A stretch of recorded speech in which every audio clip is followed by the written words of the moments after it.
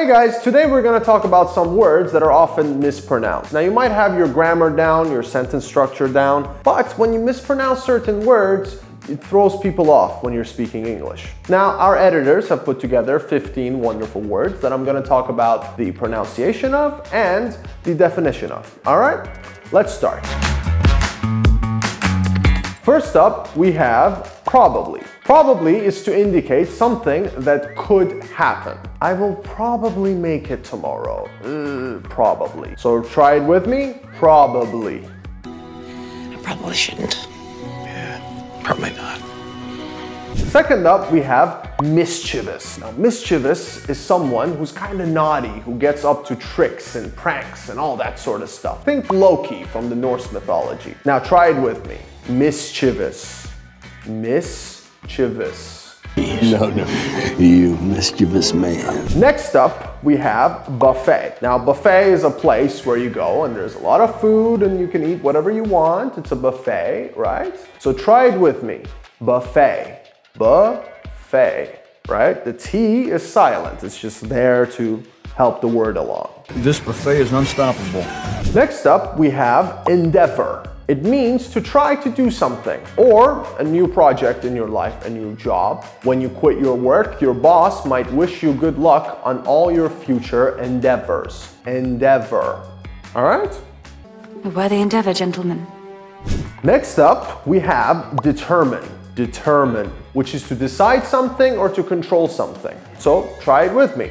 Determine. You might determine what you will do tomorrow. You might say, I haven't determined that yet. It's a verb. So try it again. Determine. Determine. So you're quite determined.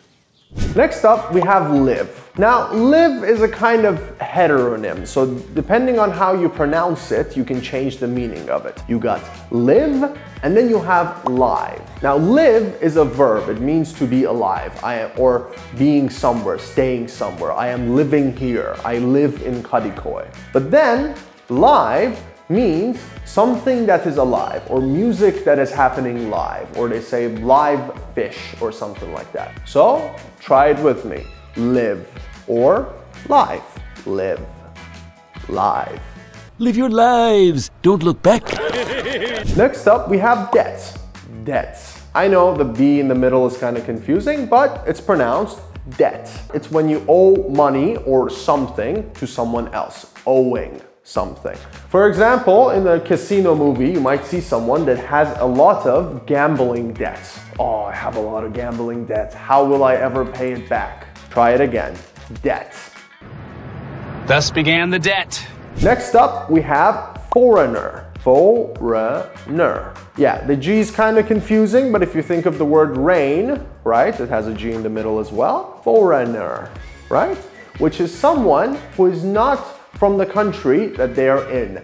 They are a foreigner. For example, in the summer, a lot of foreigners visit Turkey. She's a foreigner, preaching a foreign religion. Number 9, we have schedule. Now, schedule can be used as a verb or a noun. You can say, I will schedule this for next week. That means to put it in your plans. Or you can use it as a noun. My weekly schedule, my monthly schedule, my yearly schedule. Now, British people say schedule. It is correct. I'm going to leave it at that. 5 minutes ahead of schedule. Right on schedule. Number 10, we got clerk. Clerk is someone who works in an office, a legal office. In the old times, they used to call them store clerks, but it's kind of used when it comes to legal offices and offices, just office workers. So try it with me, clerk. There's also a great movie named Clerks that you can check out later. What clerk? I don't have any clerks. Next up, we have percent. Now, percent is something for or out of 100. Try it with me, percent. Percent. Percent. Percent. My man. You can say, I am 50% sure this is gonna happen. The bank pays me a 3% interest, etc., etc., etc. 25%. 25%? Number 12, we have ratio. Ratio expresses the relationship between two groups in terms of size. The ratio of coffee shops to music shops in this neighborhood are 2 to 3. So for every 2 coffee shops, there is 1 music shop. And also on Twitter, ratio means when you reply to a tweet and it gets more likes than the original tweet. Thank me later. Set ratio at 25 to 1. Ratio set. Number 13, on Lucky 13, we got accessory. Now, accessory is when you add something to a machine or to a product or something like that. You might have bag accessories, you might accessorize, that's a verb right there. So try it with me, accessory, accessory. Buy my 42 accessories. All right, guys, number 14, we got knife. Now, the K is a little confusing, but it is knife, like knee or no. A knife is a tool that's used to cut something, generally. And there are some expressions related to knife. For example, when somebody defeats another person easily, they say, like hot knife through butter. Now, you can imagine how that looks. There's hot knife and there's butter. It's like, phew. Just goes through. He could have a knife though. Yeah. Knife. Sure, knife. All right, guys, last one, and this one's a little tricky. Epitome. Epitome, right? But when you say it correctly, epitome, which means the typical example or the highest example of a stated quality. For example, you might see someone like me, maybe with a jacket that has patches on it and like a mohawk going on, and they're the epitome of being a metalhead, for example. I love cats. They're the epitome of indifference.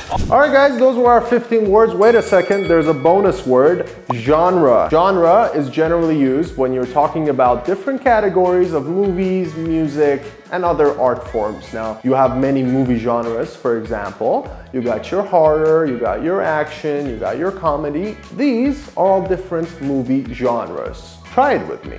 Genre. Genre. I find the mystery genre disgusting. Alright guys, and that was our bonus word. Thank you for watching the video. Make sure to like, subscribe, comment. Let me know what other words you struggle with pronouncing, and I'll see you in a future video.